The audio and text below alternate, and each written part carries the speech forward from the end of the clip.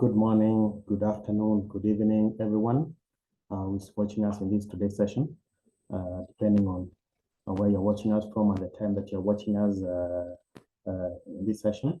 Today, we're going to look at a session whose topic is stress management at the workplace. And stress is really quite a factor in terms of affecting productivity. As we shall be seeing, stress can actually be positive or negative. So in this session, we are going to concentrate on how to mitigate the negative one at the workplace so as to ensure that we are okay. In terms of introduction, my name is Dennis Njeru, and I welcome you to today's session. I'll be the trainer and facilitator for the same. So proceeding into what we're going to cover, today we're going to look at the session objectives. For this session, we're going to have definition of stress at the workplace to understand what it is all about. Then we shall look at the causes of stress at the workplace.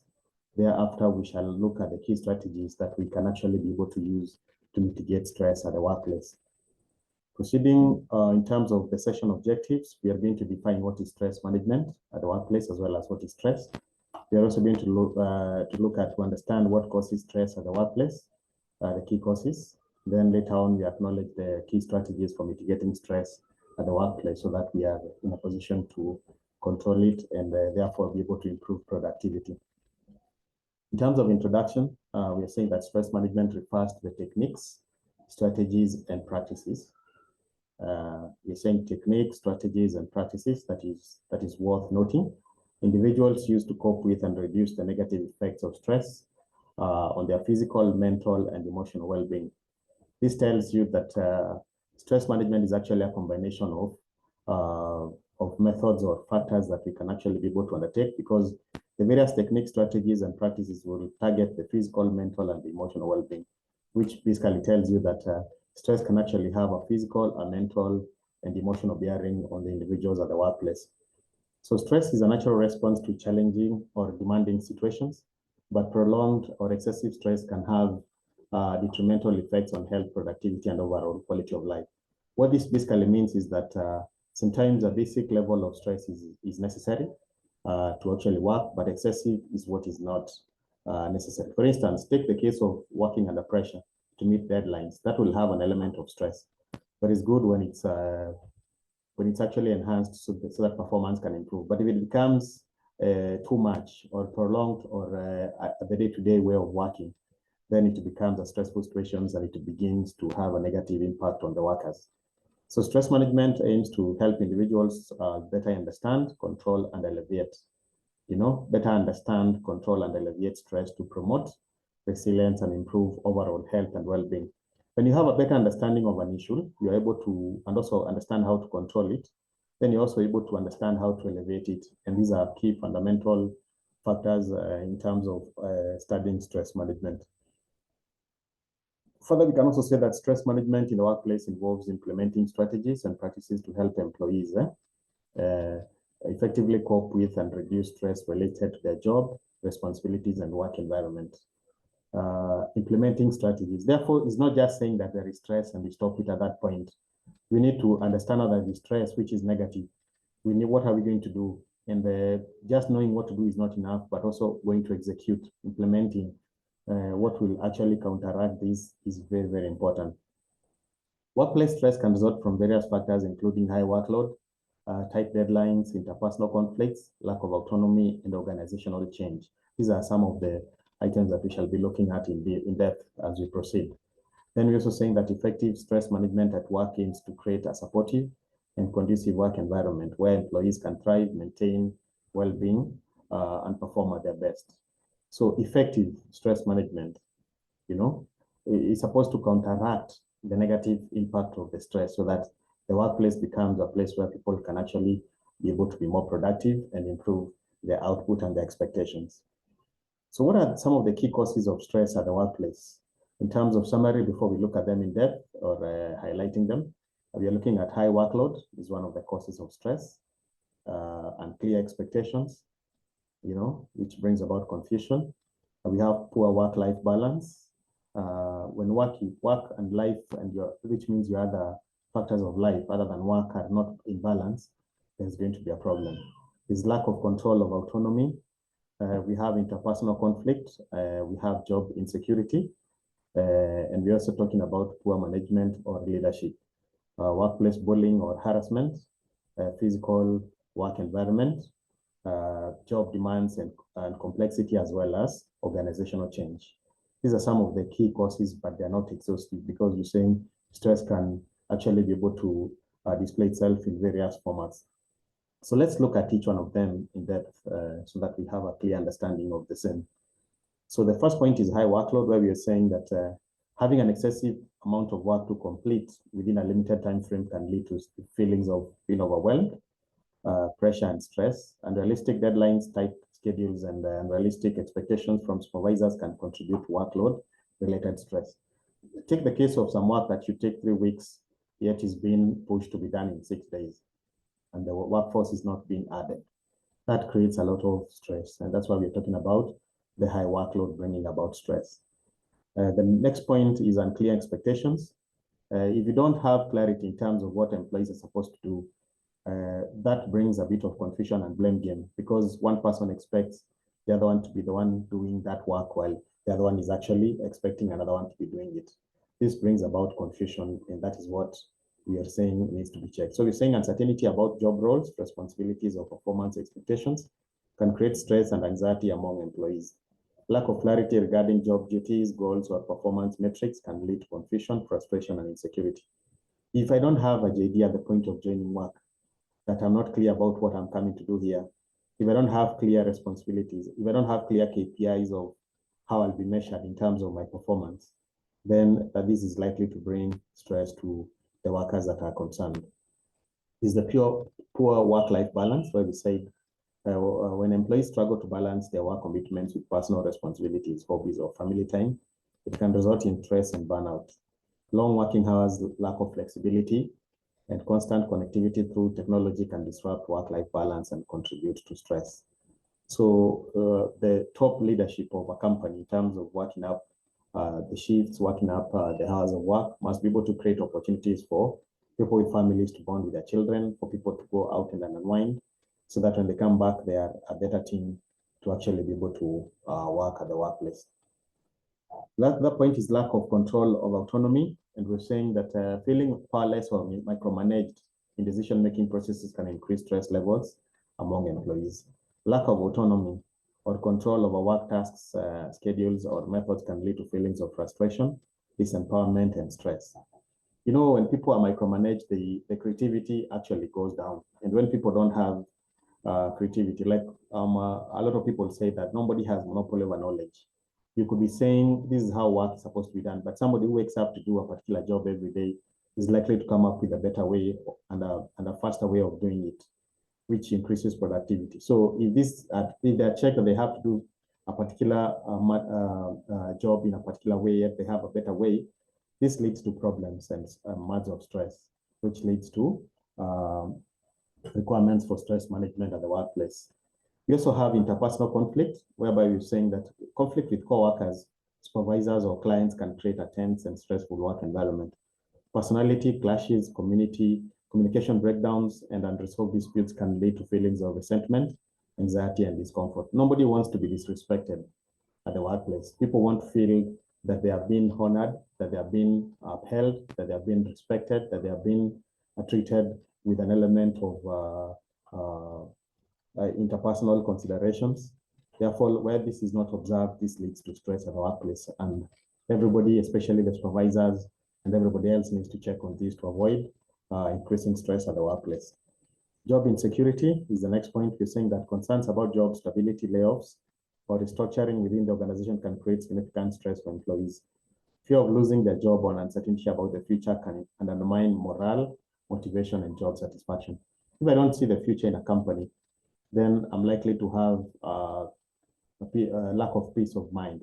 You know, people, you use their salaries that they earn from the work they do to pay their rents, to pay school fees for their kids, and for their well-being, to meet medical costs and the like, to assist other people, to fund their hobbies, for relaxing and the like. So if this is not assured, then this is obviously likely to lead to a stressful situation. We have poor management or leadership. And we're saying that the ineffective or unsupportive leadership can contribute to stress in the workplace. Lack of direction, inconsistent communication, favorism, or micromanagement from supervisors can erode trust, morale, and confidence among employees. Where people don't feel this fairness, they're not supported, there's no clear direction of what people are supposed to do and how they're supposed to do it. Where one person is favored to another, and there is no element of merit at the workplace, this is definitely going to lead to stress at the workplace. Then we have workplace bullying or harassment, and we're saying bullying, harassment, or discrimination in the workplace can have serious consequences for employees' well-being and mental health.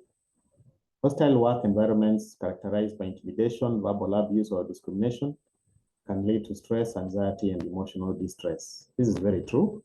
Once again, I'm saying nobody wants to be disrespected, to be bullied, and the like. This can actually lead to a lot of mental breakdowns, as well as some ugly reactions at the workplace, which can even lead to fights and lead to injuries, which is basically as a result of stress at the workplace.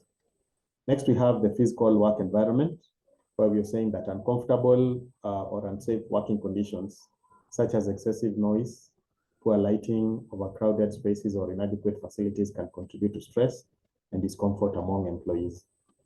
This is especially in manufacturing concerns, as well as many other office setups, where people cannot be able to see clearly. They have to struggle to probably look at the screens of their machines, whatever they may be, whereby the people are overcrowded, so there are constant brushings between one person and another.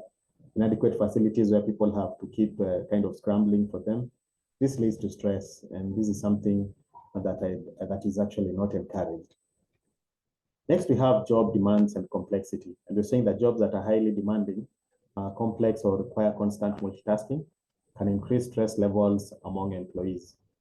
Overwhelming job demands, unrealistic performance expectations, and lack of resources or support can lead to feelings of stress and frustrations. So jobs that are very high demanding, complex, or require constant multitasking, For instance, you may find a job that like in the steel works, whereby there's a lot of molten stuff going there. People have to keep moving from this point to the next one. Things are changing, the molten mass is actually changing to a different form, and things have to keep moving fast, and they're kind of automated. If this is not checked well to ensure that people are fairly treated, then this leads to actually stress at the workplace. Then there's a big one about overall organizational change, where they're saying restructuring, mergers, acquisitions, or other organizational changes can create uncertainty and disruption in the workplace, leading to stress among employees. Fear of job loss, changes in roles or responsibilities, and ambiguity about the future can contribute to stress during times of transition. Here we're saying that the fear of the unknown is one of the key problems that comes with restructurings, with mergers and acquisitions. There's somebody who had a big office, maybe had a parking for his car and had other benefits that come with a position. So with mergers, when these ones are lost, they are definitely going to get stressed and probably even look demeaned among the other workforce that is actually in place.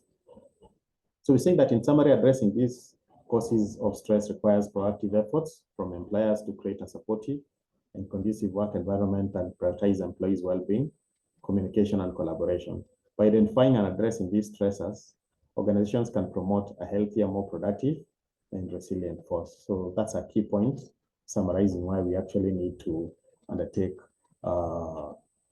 these issues of implementing control of stress management carefully. Then, so now that we've looked at the key causes of stress at the workplace, what are some of the key components of stress management? In other words, what are some of the strategies that we can actually be able to execute to bring down the levels of stress and make the environment at the workplace becomes conducive for the workers, and hence increase productivity and make the workplace a good place to come to every morning. So in terms of enumerating them, the first one is workload management. We're going to look deeper into each of them. So for now, I'll just list them. We're looking at workload management. We have clear communication. We're looking at workplace flexibility. Supportive leadership is required. You need people to train and develop the employees. We need to promote wellness initiatives at the workplace that make workers' work-life balance much better. You need to encourage breaks and time offs, which helps to control what we're referring to as burnouts, and breakdowns for the workers as well, addressing workplace issues in a good and orderly way, promoting a positive culture, as well as providing resources and support. So let's delve into each one of them and look at them deeply. So the first point is workload management. We said, of course, excessive workload is what causes stress. So how do we control this? By workload management. So you're saying ensuring that workloads are reasonable and manageable for employees with realistic expectations and deadlines. That is very key, with realistic expectations and deadlines. This may involve prioritizing tasks, delegating responsibilities, and providing adequate resources and support to help employees meet their goals. So we need to be realistic. This is what a human being cannot do in a particular period of time. Or if there's need or there is pressure or there is a deadline that may have come ahead of what was the initial deadline, then the workforce can be rearranged to actually focus on that. Then in terms of prioritizing, there is what is more important than the other. Therefore, the tasks that have a higher priority can actually be given what we refer to as higher consideration, so that they're able to be able to check on that. Clear communication, you're saying promoting open and transparent communication between management and employees can help clarify expectations, provide feedback, and address concerns or challenges proactively. So where people feel that they're heard and they can be listened to, that creates an element of trust, which reduces stress. So clear communication channels can help reduce uncertainty and anxiety among employees. That is very important. We're also talking about workplace flexibility. You're saying that offering flexible work arrangements such as telecommuting, flexible hours, or compressed work weeks can help employees better balance their work and personal responsibilities, therefore reducing stress associated with commuting, childcare, or other commitments. This is like especially for mothers, even for young couples. You can imagine having a child, and the child probably needs to be fed, and you're not available, and the work schedule cannot allow you to go there. Especially for a mother, the attachment between a mother and a child is I don't know how to describe it. It's the whole essence of humanity. So when there is no flexibility for this kind of group of workers, then there is definitely going to be stress at the workplace, and therefore we need to really look into this. We're also talking about the next point of stress management being supportive leadership, whereby we're saying cultivating a supportive and empathetic leadership style that evaluates employee well-being and fosters trust and collaboration is important. Therefore, effective leaders actively listen to employees' concerns, provide encouragement and recognition, and advocate for resources and initiatives to support employee health and resilience. So this is very, very important, where people feel supported. Like once again, I said, where employees know that their well-being is being looked into, therefore is trust and collaboration. As a result of the trust that is built, people want to collaborate and be, because if you care about me, then why should I not care about your needs in terms of the company goals and objectives? Next is training and development. Definitely this helps to improve the skills. So we're saying providing opportunities for training and professional development can empower employees with the skills and knowledge they need to succeed in their roles, reducing feelings of inadequacy or stress related to job performance. So if I don't have a particular skill and a company is actually enhancing or supporting me to be able to acquire it, definitely when I come back, I'm a better worker because I'm able to execute what is required with the skill level that is actually needed. Promoting wellness initiatives is the next point, where we're saying implementing wellness programs and initiatives to promote physical, mental, and emotional well-being, in the workplace. Physical, mental, and emotional well-being. So that is key, because there are some physical stresses, mental stresses, and emotional stresses, which have also an impact on the physical being of the worker, the mental being, as well as the emotional being. This may include offering access to fitness facilities, mental health resources, stress management workshops, and employee assistance programs. When you go to the gym and you work out the weights and you're able to do the runs, of course you come back having shared part of the stress and part of the weight, and therefore you become a better fit person, because if you're physically fit, then you'll be mentally fit and many other facets of life. Next is encouraging breaks and times off. And we're saying encouraging employees to take regular breaks, vacations, and time off to rest and recharge can help prevent burnout and promote work-life balance. Encouraging employees to disconnect from work during non-working hours can also help reduce stress related to constant connectivity. When people are mechanized, they're just in a system that just moves and they have no time to take breaks. It means their level of production goes down, the level of creativity goes down, the level of innovation as well goes down. And therefore breaks are, I would look at them as recharge avenues for the worker to come back a better person. Then we also, next point on managing of stress, we're talking about addressing workplace issues. When we proactively address workplace issues such as harassment, discrimination, bullying, or conflict, this helps create a safe and respectful work environment where employees feel valued and supported. When we have systems and structures that don't encourage harassment, discrimination, and bullying or conflict, this means that the workers feel that if you look at them progressively, they'll be better people because they know we don't encourage this at the workplace. In the event that it comes up, this is how we are going to deal with it, and it's something that is not enhanced by the management. Promoting a positive culture is the next point, and where we're saying that fostering a positive work culture that emphasizes teamwork, collaboration, recognition, and celebration of achievements can help create a sense of belonging and reduce stress associated with job satisfaction or negativity. Where teamwork is enhanced and people are encouraged to work as a team, that creates bonds at the workplace where people become better workers. Where they're able to collaborate, where they're able to be recognized for the good effort as a team, as an individual, as a group, as a branch, and the celebration of achievements. This one helps to encourage good behavior of output, behavior of working hard.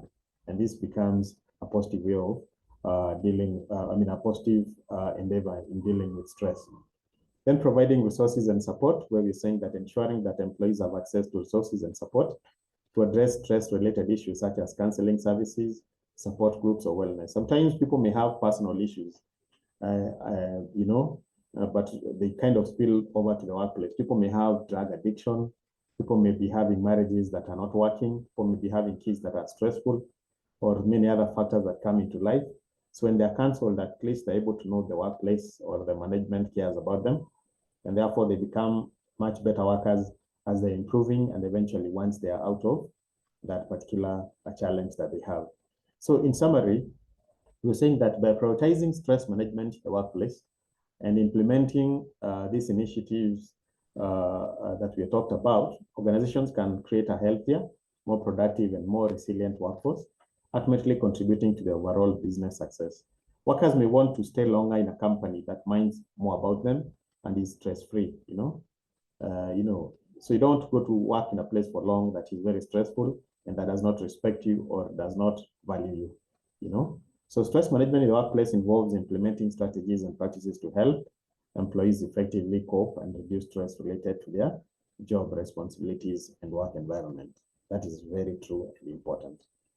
Also, in summary, we're saying that the key causes of stress at the workplace are high workload, unclear expectations, poor work-life balance, the lack of control or autonomy, interpersonal conflict, job insecurity, poor management or leadership, workplace bullying or harassment, physical work environment not being okay, job demands and complexity, as well as organizational change.